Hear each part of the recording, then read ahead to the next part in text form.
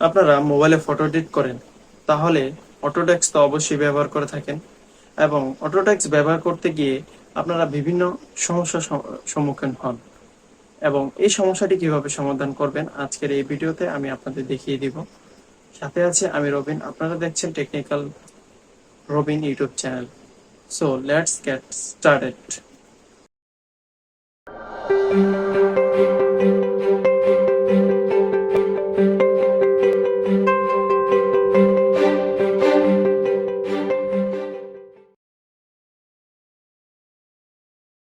অনেক সময় অটোডেস্কে এডিট করতে গেলে এরকম ছবির বর্ডার হয়ে যায়, আর এটিতে এডিট করা কোনো সম্ভব না, কারণ এডিট করলে আপনি যখন সেভ করবেন ঠিক এই বর্ডার সহ আপনার গ্যালারিতে সেভ হবে। আজকে আমি এই ভিডিওতে এই সমস্যাটি ঠিক করে দেখাবো। আপনারা ছবি লেয়ারটিকে সিলেক্ট করে রেখে বাম দিক থেকে 4 ডটে ক্লিক করবেন, তারপর এখান থেকে গ্যালারি অপশনে চলে আসবেন। গ্যালারি অপশনে আসার পর আপনারা এখান থেকে দুটি অপশন দেখবেন।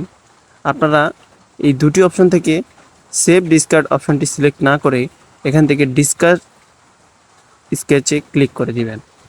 তারপর দেখবেন আপনাদের এই স্কেচটি ডিলিট হয়ে যাবে।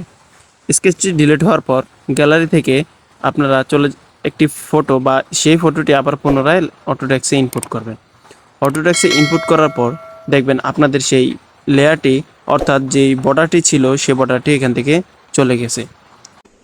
ভিউয়ার্স, আজকের এই ভিডিওটি আপনাদের কেমন লেগেছে আমার কমেন্ট বক্সে কমেন্ট করে যাবেন। আমার চ্যানেলে নতুন হয়ে থাকলে চ্যানেলটিকে সাবস্ক্রাইব করে পাশে থাকা বেল আইকনটি বাজিয়ে দিবেন এরকম আরো নতুন ভিডিও পাওয়ার জন্য। আমি আপনাদেরকে এরকম আরো নতুন নতুন ভিডিও দিব যেগুলো আপনাদের খুবই উপকারে আসবে। আপনারা চাইলে আমার ফেসবুক পেজটিকেও ফলো করে দিতে পারেন। ভিডিও ডেসক্রিপশনে আমি ফেসবুক পেজের লিঙ্কটি দিয়ে দিব, আপনারা গিয়ে ফলো করে দিবেন। এবং ফেসবুক থেকে যারা দেখতেছেন তারা তো অবশ্যই ফলো করবেন আশা করব।